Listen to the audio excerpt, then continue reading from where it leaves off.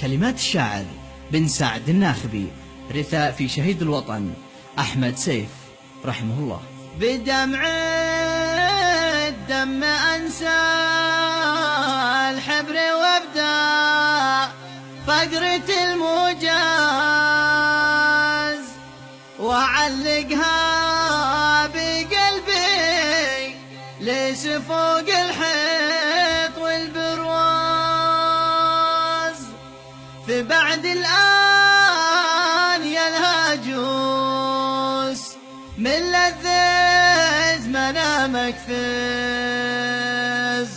رثاب القايد أحمد سيف أكسر قافيات العجاز. بدمع الدم أنسى الحبر وابدأ فقرة الموجز.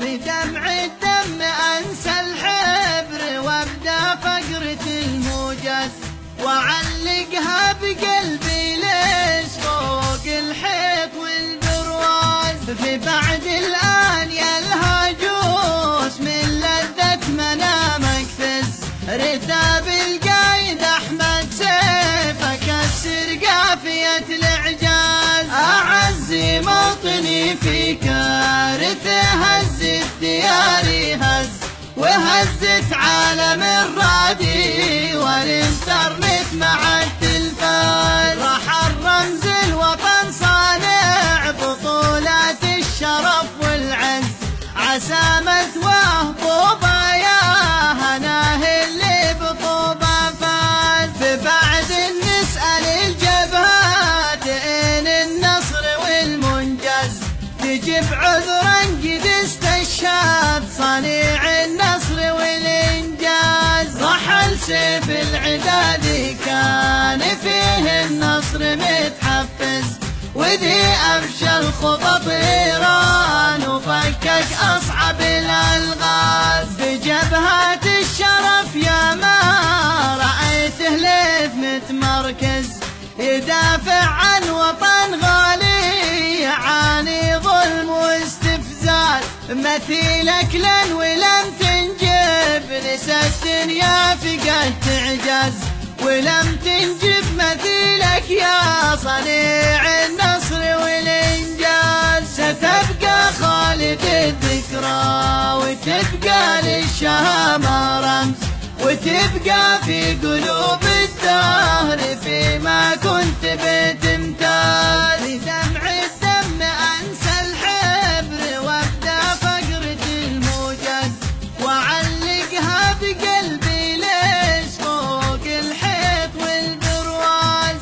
في بعد الآن يا الهاجوس من لذة منامك فز، رثاب القايد أحمد سيف أكسر قافية الإعجاز. أعزي موطني في كارثة هزت دياري هز، وهزت عالم الرادي والإنترنت مع التلفاز. راح الرمز الوطن صانع بطولات الشرف والعز، عسى مثواه طوبى يا هناه اللي بطوبى فاز. فبعد نسأل الجبهات إن النصر والمنجز، تجيب عذرا قد استشهد صنيع النصر والإنجاز. رحل سيف العداد كان فيه النصر متحفز، وذي أفشل خطط إيران وفكك أصعب الألغاز. بجبهات الشرف يا ما